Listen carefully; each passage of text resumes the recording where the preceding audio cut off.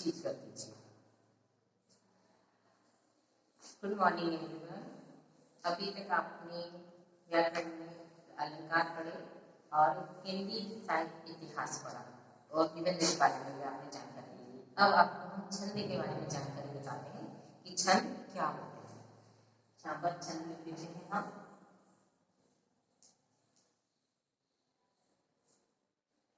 ये है छंद। छंद होते हैं जैसे छंद, सोठा, दोहा, ये होते हैं रामायण में, गीता में, महाभारत में, इनमें लिखे जाते हैं दोहे। जिस तरह से हम दोहे पढ़ते हैं ना, जैसे कि मंगल भवन अमंगलहारी द्रवो दशरथ अजर बिहारी, ये ऐसे दोहे जो होते हैं उनको हम पढ़े जाते हैं, इसलिए दोहा कहलाते हैं। जैसे हम कविता, कहानियाँ, निबंध लिखते हैं ना, तो हम निबंध बोलते हैं तो निबंध लिखना पड़ता है, उसकी जगह हम कविता तो नहीं लिख देते ना। ऐसे जो होते हैं छंद, दोहे, सोठे, उनको हम उन्हीं तरह से बोले जाते हैं जिस तरह से वो होते हैं। अब आपको छंद के बारे में बता देते हैं छंद क्या है। और छंद के जो अंग होते हैं, अंग यानी कि भेद, वो होते हैं 6। कविता की रचना विधान को छंद कहते हैं। छंद कविता का व्याकरण है, आवश्यक का अंग है, मात्रा या वर्ण की गणना या क्रम के आधार पर जहाँ काव्य की रचना की जाती है वहाँ छंद होता है। काव्य की रचना में की जाती है वो छंद कहलाता है। इसकी आप डेफिनेशन ऐसे लिख सकते हैं कि वर्णों की संख्या एवं क्रम, मात्राओं की गणना तथा यति गति से संबंधित नियोजित काव्य रचना को छंद कहा जाता है। ये तो बहुत सारी चीजें हो जाएंगी कि छंद के लिए यति गति, गणना, मात्रा, क्रम और उसकी रचना के बारे में आपको जानकारी देना पड़ेगी, तो छंद कहलाता है। छंद के अंग होते हैं चरण या पार, दूसरा होता है वर्ण और मात्रा, यति, गति, तुक और गण। सबसे पहले हम चरण और पाद पढ़ेंगे। इसका क्या होता है? पाद का मतलब इस चरण होता है जैसे अपने पैर होते हैं, तो जिसको हम पैर को पाँव भी कहते हैं कुछ लोग, ऐसे पाद को चरण भी कहा जाता है।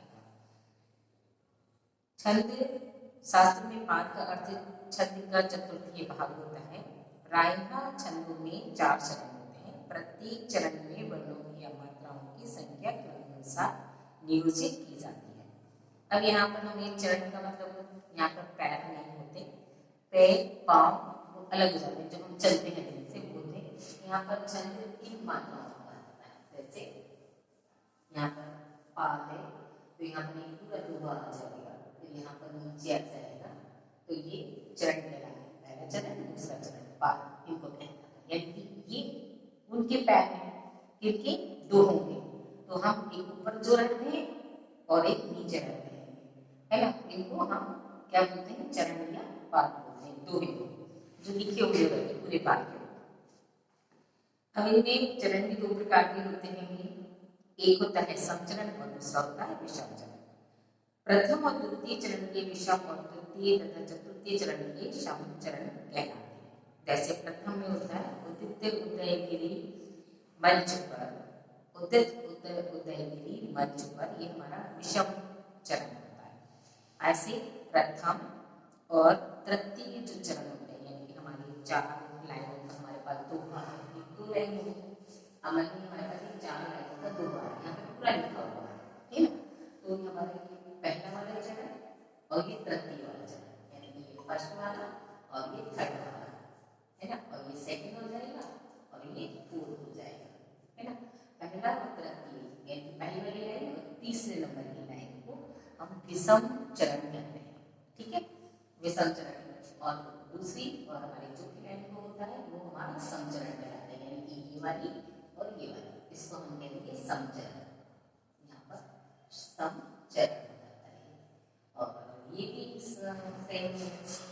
समचरण, और ये आता है हमारा विषम चरण, विषम चरण। और हम इसको भी विषम चरण कहते हैं, फर्स्ट को भी। चरण का मतलब होता है लाइनें, यहाँ पर पैर और पाँव नहीं लिखते हम, यहाँ पर लाइन आएगी 2 लिखी। जैसे अब पूरा एक दोहा बता देती हूँ। उदित उदयगिरी मंच पर रघुबर बाल पतंग, बिकसे संत सरोज सब, हरस लोचन भ्रंग।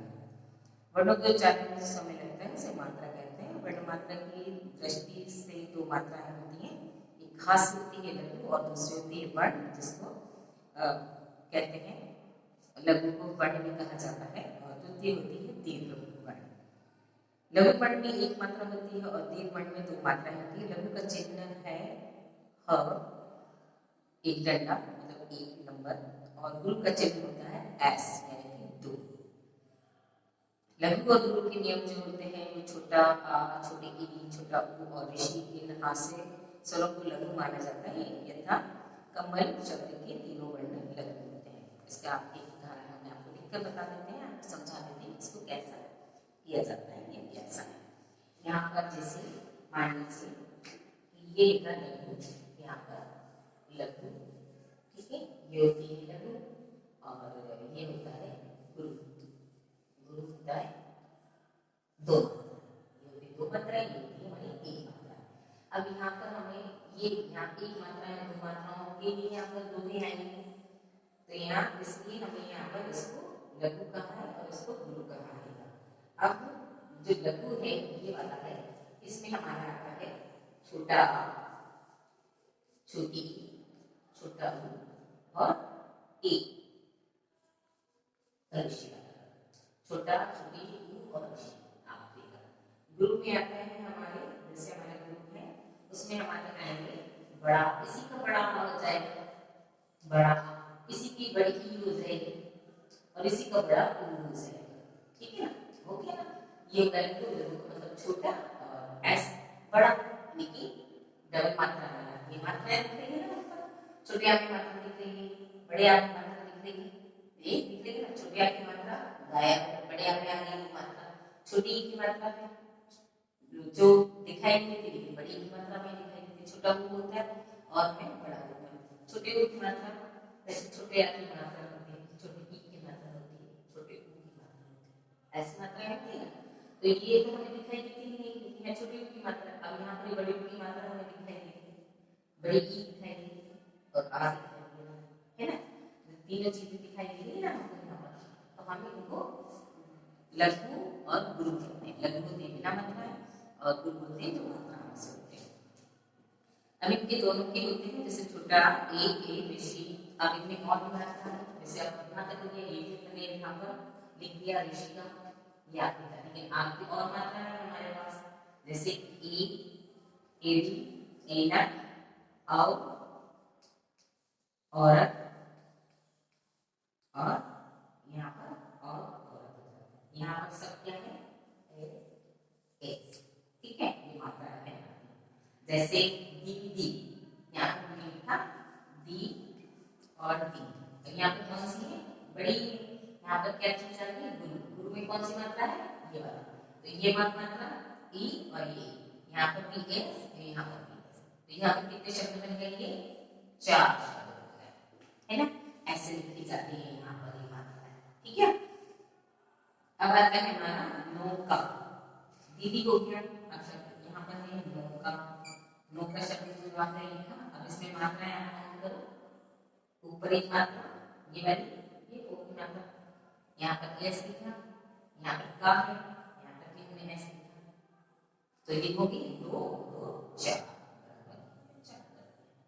ये हमारी मात्राएं होती है। ऐसे हमें दोहे पे जो लिखी जाती है वो गिन के हमें उन मात्राओं को गिनना पड़ता है। जैसे हमने कहा दोहे में पहले चरण में 4 होती है, दूसरे चरण में हमारी तीसरे चरण में हमारी 11 मात्राएं होती है, तो हम उसी हिसाब से दोहा बना लिखते हैं ना, जो हमारी मात्राएं होती है या फिर हमारा दोहा जो समझा उसी अनुसार हम मात्राएं लिखते हैं। तो ये मात्राएं आपको काय की है गुरु की। अब आता है हमारा अनुसार युक्त वर्ण भी गुरु होता है। अनुसार यानी कि की मात्रा है, अह की मात्रा है। अब दो मात्राएं और हैं हमारे पास, यहाँ तक तो हमें ओ की मात्रा तक हमने सीखा। अब आता है हमारा अम की मात्रा और अह की मात्रा, जिसको हम विसर्ग भी कहते हैं, है ना। तो अब यहाँ पर कौन सी, यहाँ पर हमें कौन सी ऐसी मात्रा लगानी पड़ेगी, जैसे दुख, ठीक है, दुख, यहाँ पर अपने विसर्ग लगाया और खा लिखी है सुख, ये मात्रा यहाँ पर। तो ये कौन सी मात्रा हो जाती है अनुस्वर, जिसका अनुस्वर अंदर से आती है, जिस एक बार हमने आपको बताया था कि क्लास में जब आप थे, क्लास में हमने आपको बताया था कि आपके जो कंठों से जो स्वर निकलते हैं वो कौन से कंठ मानव कहलाते हैं, तालु से निकलते हैं वो तालु कंठ कहलाते हैं, जीभ से टकराने वाले होते हैं वो जीवा बड़ी कहलाते हैं, और दांतों से बोलने वाले जो शब्द होते हैं वो दंत कहलाते हैं। यहाँ पर मैं आपको सारे बताएंगे, वो भी यहाँ पर अब हमारे पास गुरु और लघु में आ गए हैं। ठीक है, ये होता है हमारा दुख। अब यहाँ पर मैंने दुख देखा, यहाँ पर विसर्ग होता है, ये इधर से आते हुए दिखेगा डॉट, तो दुख ये होता है अनुस्वर। अनुस्वर, ठीक है। अब अनुस्वार में हमारे बहुत सारी चीजें आती हैं, जैसे कि दु, ये दुख हो गया। अब दुख के बाद आता है यथा, यथा इसमें भी हमारी मात्रा यहाँ सकती है, यथा में भी है ना। और दूसरा आता है दुष्परिणाम, इसमें अंशा, तो शा को भी हम यदि विसर्ग में कन्वर्ट कर सकते हैं तो दुष्परिणाम आ सकता है, लिख सकते हैं इसको। अब इसके बाद आता है संयुक्त वर्ण के पूर्व में लघु वर्ण का भी दीर्घ होता है, जैसे सत्य में स गुरु कहलाएगा, सत्य आदत्ता बीच में आ रहा है ना। लेकिन जब हम उसको लिखेंगे तो दीर्घ वर्ण में यानी लघु भी जो है वो गुरु बन जाता है। जो लघु शब्द है आधा शब्द भी है, उसको हम पूरा शब्द को यूज कर लेते हैं। जो लघु शब्द है सत्य, जो जैसे ये सत्य है, ठीक है, आधा आधा सा नहीं, आदता, यहाँ पर आदता लिख रहा है, आदता जो है एकदम वो क्या है, यहाँ पर लघु है, छोटा शब्द है। लेकिन जब हम इसको पूरा करेंगे तो यहाँ पर ये पूरा बन जाएगा, यानी कि पूरा लघु से गुरु हो जाता है। ठीक है, अब इसी को यदि आता है संयुक्त वर्ण का है, संयुक्त वर्ण जो है पूरा वो आपका लघु वर्ण से दीर्घ होता है, और उसके बाद जो आदि शब्द बीच में होते हैं वो पूरे के शब्द गुरु के ही नाम से जोड़े जाते हैं। अब आता है यदि, किसी छंद को पढ़ते समय जहां हम रुकते हैं या विराम लेते हैं उसको यदि कहते हैं। उदाहरण के तौर पर जैसे है मेरे प्यारे, वहां पर आप छोटा सा काम लगाएंगे, मेरे प्यारे यानी रुके, उसको हम कहते हैं यदि। ठीक है, जिन शब्दों को हमें लिखकर वहां पर हमें थोड़ा सा विराम मिलता है, रुकना पड़ता है, या छोटा सा काम लगा देते हैं या फिर स्टॉप कर देते हैं या कुछ भी उसमें एक विराम चिन्ह लगा देते हैं, तो हम वहां पर रुकते हैं, उनको हम कहते हैं व्याकरण में यदि। ठीक है, जैसे कि मेरे प्यारे, प्यारे में आपका आ गया यहाँ पर ऐसे मेरे प्यारे, मेरे प्यारे इसका, यहाँ पर अपने काम लगा, और यहाँ पर हमने इसका भी नाम लिख दिया, जिसका भी नाम आपको लिखना है ना, तो यहाँ पर आपने उसका नाम लिख दिया। तो यहाँ पर हम लिखे ना, तो मेरे प्यारे कुंवर अभी, अभी भी वहां पर अपने रुकना, निपात शब्द यहाँ पर आ जाते हैं, वहां पर हमें विराम चिन्ह का प्रयोग किया जा सकता है, किया जा सकता है, यानी कि हम वहां पर रुक सकते हैं। यहाँ पर निपात शब्द यूज हो जाते हैं वहां पर, और निपात शब्द कौन से होते हैं, भी, है, ना, एक, नहीं, तुम, मैं, बहुत सारे शब्द ऐसे होते हैं जो निपात शब्द होते हैं। तो मेरे प्यारे कुंवर अब भी, वहां पे आप रुकिए, क्यों नहीं गए आए, क्यों नहीं गए आए, यानी कि हरिबोध का लिखा हुआ ये है, उसमें है प्रिय प्रवास में एक कविता है, और उसका एक हरिबोध जो है कवि है, उन्होंने प्रिय प्रवास में एक छोटा सा लिखा हुआ था कि प्रिय वापस लौट के आ जाओ, प्रवास मतलब होता है वापस घर आ जाओ, और प्रिय तो आप जानते हैं जो जिनको हम प्यार करते हैं। तो यहाँ पे हरिबोध जो है कवि है, और उन्होंने बहुत अच्छी कविता के तौर पर लिखा था प्रिय प्रवास, यानी कि प्रिय घर आ जाओ, मेरे प्यारे कुंवर अब भी क्यों नहीं गए आए, यानी कि क्यों नहीं आए। ये तो होता है यथा यति का, यति का आपको समझ में आ गया होगा कि हमें कहाँ पर विराम चिन्ह लगना है, यहाँ पर रुकते हैं, वहां पर विराम चिन्ह लगा देते हैं, वहां पर एक छोटा सा काम लगा देते हैं। गति आता है, गति का अर्थ छंद की लय प्रभाव से है, जिसका अनुभव पढ़ते समय पाठक को होता है, उसे गति कहते हैं। प्रत्येक छंद की एक अलग लय होती है, जिसे लय या प्रभाव में दोहा पढ़ा जाता है, उसी प्रभाव में चौपाई नहीं पढ़ी जा सकती है। आपने देखा होगा कि दोहा जो होता है वो किस तरह से पढ़ा जाता है, वो जल्दी जल्दी पढ़ा जाता है। जो चौपाई होती है उसको थोड़ा रुक कर पढ़ा जाता है। जो छंद होता है वो और आराम से पढ़ा जाता है, सोठा तो बिल्कुल ही आराम से पढ़ा जाता है। यानी कि हम कोई काम करते हैं, बहुत जल्दी जल्दी करेंगे, कुछ काम ऐसे होते हैं जो आराम से करना है, जैसे हमें कांच के बर्तन उठाना, सामान रखना कांच के, हम बिल्कुल आराम से रखेंगे उस चीज़ को। लेकिन हमारे स्टील के बर्तन उठाएंगे या कुछ करेंगे तो हम जल्दी जल्दी काम करेंगे, उसको टूटने का भी डर नहीं, गिरेगा तो कभी खराब भी नहीं हो सकता। लेकिन कांच के बर्तन में उठाने में हमें क्या रखना, थोड़ी सी सेफ्टी चाहिए रहती है। क्यों? क्योंकि हम उनको उठाएंगे तो आहिस्ता से, और उनको काम भी करेंगे तो आहिस्ता से करेंगे। क्यों? क्योंकि हमें लगता है कि कहीं यहाँ से छूट गया तो ये टूट जाएगा। इसी तरह से गति होती है इसकी। अब आता है हमारा तुक। तुक का अर्थ होता है वर्णों की आवृत्ति। चरण के अंत में वर्णों की आवृत्ति की तुक कहते हैं। चरण की जो अंत में होते हैं वर्ण होते हैं उनको हम तुक कहते हैं। भिन्न भिन्न छंदों की तुक का प्रयोग भिन्न भिन्न रीति से किया जाता है। ये तुक कई प्रकार के होते हैं, इसको तुकांत भी कहते हैं। और इसका सबसे अच्छा उदाहरण ये होता है कि जब किसी भी चरण की तुक ना मिले तो आज की नई कविता के साथ जोड़ दिया जाता है। बहुत अच्छी चीज़ है ये तो हमारे पास, या तुक में कोई शब्द नहीं बनते हैं, कोई वाक्य नहीं बनते तो उसको नई चीज में जोड़ देते हैं। ये तो नया है, बिल्कुल नया एक्सपेरिमेंट हुआ है ये साथ में अभी। अब आता है गण। वर्णों छंदों में गणना क्रमानुसार होती है। 3 प्रकार के 3 वर्णों का एक गण होता है। गणों की संख्या 8 होती है, जिसको हम कहते हैं यगण, मगण, तगण, रगण, जगण, भगण, नगण और सगण। अब इन चीजों को हम मिला दें तो बहुत अच्छे से हमें पता चल जाता है कि ये क्या नाम है। जैसे यह माता राजभान संगला, यह माता राजभान संगला, ये हमारे वही शब्द हैं जो अभी हमने आपको रिपीट किए थे कि यगण, मगण, तगण, रगण, जगण, भगण, नगण और सगण। ये वही शब्द हैं जिनको हमने एक एक शब्द को, जो पहले वाले शब्द हैं उनको जोड़ दिया है और उनसे बन गया है यह माता राजभान संगला। एक ही चीज को याद रख लेंगे तो आपको सब लिखना आ जाएगा कि गण कितने प्रकार के होते हैं। गण 8 प्रकार के होते हैं और ये सारे गण रजत गण, यमन और मगण, तगण, रगण, जगण, भगण, नगण और सगण के नाम से जाने जाते हैं। इनके सूत्र के प्रथम 8 वर्णों में 8 वर्णों के नाम है यथा या से य, मा से म, मगण, ता से तगण आदि, और अंतिम में 2 वर्णों ला से लघु और गा से गुरु होता है। अब हम आपको ये बता देते हैं या माता रमाता में कैसे आप कर सकते हैं। बहुत ज्यादा सिंपल है ये। जैसे आपने यहाँ पर लिखा या माता, माता, ठीक है, जो हमने अभी बताया था आपको, ये था या माता। अब आता है क्या, मात्रा, मात्र,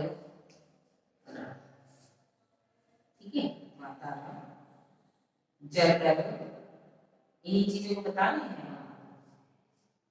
तराज, तराज, राइट। अब आता है राज भाव। अब आप उन्हीं चीजों को जोड़ रहे हैं जिनको हमने यहाँ पर देखा है। 8 स्वरूप में यहाँ पर ये क्या है, एक डंडा, ठीक है, इसमें मात्रा है, इसमें मात्रा है, तो यहाँ पर हमने एक डंडा खींचा। अब ये मात्रा है, ये मात्रा है, तो दोनों को क्या हो गया, गुरु हो गया। ये तो लघु हो गया, ये एक ही है, इसमें मात्रा नहीं है, इसमें मात्रा है, तो यहाँ पर हमने मात्रा बनाया।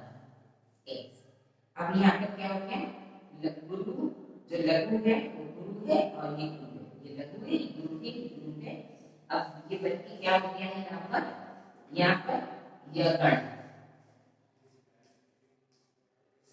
ये गण, ठीक है, जो हमने अभी मात्रा सीखी थी ना, या माता राज घना संगला।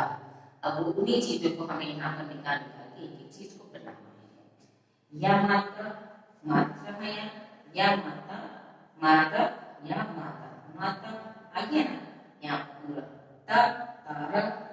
अब इसी के आगे अपना जाएंगे, अब राजुहा, भा का लिखेंगे आगे यहाँ पर, है ना। अब यहाँ पर आएगा जब, यहाँ पर जाकर कैसे बनाएंगे आप, जब हाँ, जब, ठीक है। अब आएंगे यहाँ पे जबान का भा, यहाँ पे भा को अर्थ पकड़ो, तो यहाँ पर आप आएंगे क्या नास, नास, ये दोनों पकड़ के लिख रहे हैं यहाँ पर, सब चीजें यहाँ से पकड़ के लिखी। अब यहाँ पर क्या है ना, ये ना का यहाँ पर आप नास लिखो, यहाँ पर न सर। अब यहाँ पर ये कौन सा शब्द पढ़ रहा है, स पढ़ रहा है, सल, तो यहाँ पर सलग, सलग। हमने तो एक शब्द बोला था सबसे ऊपर पहले, या माता राजभान संगला, सबसे पहले ये शब्द बोला था ना।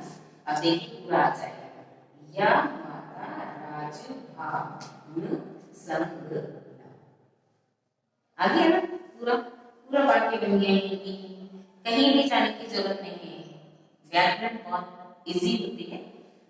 या माता पूरा है, यहाँ पर आप देखेंगे या माता, माता रा, ता ता ताराज, यहाँ पर आपको राज दिख रहा है, राज भा, भा दिख रहा है यहाँ पे जब भा लिखा है, जब भान, पूरा भान का भान यहाँ होता है, भान सा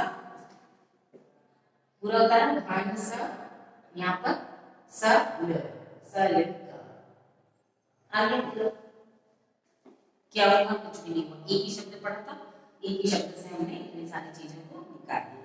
अब यहाँ पर मातारा, मातारा एक, यहाँ पर कितनी मात्राएं आएंगी, इसमें भी मात्रा है, तो यहाँ पर गुरु, इसमें भी मात्रा है, यहाँ पर भी गुरु, इसमें भी मात्रा है, यहाँ पर भी गुरु, ठीक है ना। अब ये तीनों चीजें होंगी। अब यहाँ पर आप क्या लिखेंगे, यहाँ पर गुरु गुरु गुरु, यहाँ पर आएगा मगर, मगर यहाँ पर राजा है, यहाँ पर कहते हैं दोनों में मात्रा है, इसमें भी मात्रा है और इसमें भी मात्रा है, दोनों में मात्रा है। यहाँ पर गुरु, यहाँ पर गुरु और ये लघु, ये यहाँ पर। अब यहाँ पर कौन सी मात्रा बनेगी, तगड़, तवन, ये तगड़ आ जाएगा, यहाँ पे क्या है, रगड़ आ जाएगा, क्योंकि ये राग है, विमान तो मगर आगे यहाँ तो ये करना है, यहाँ पर क्या है रा, रा में मात्रा है, वहां भी मात्रा, और बीच में क्या है लघु, यहाँ पर आप एक्स एक ही में, और ये गुरु, गुरु लघु गुरु, यहाँ पर र ग,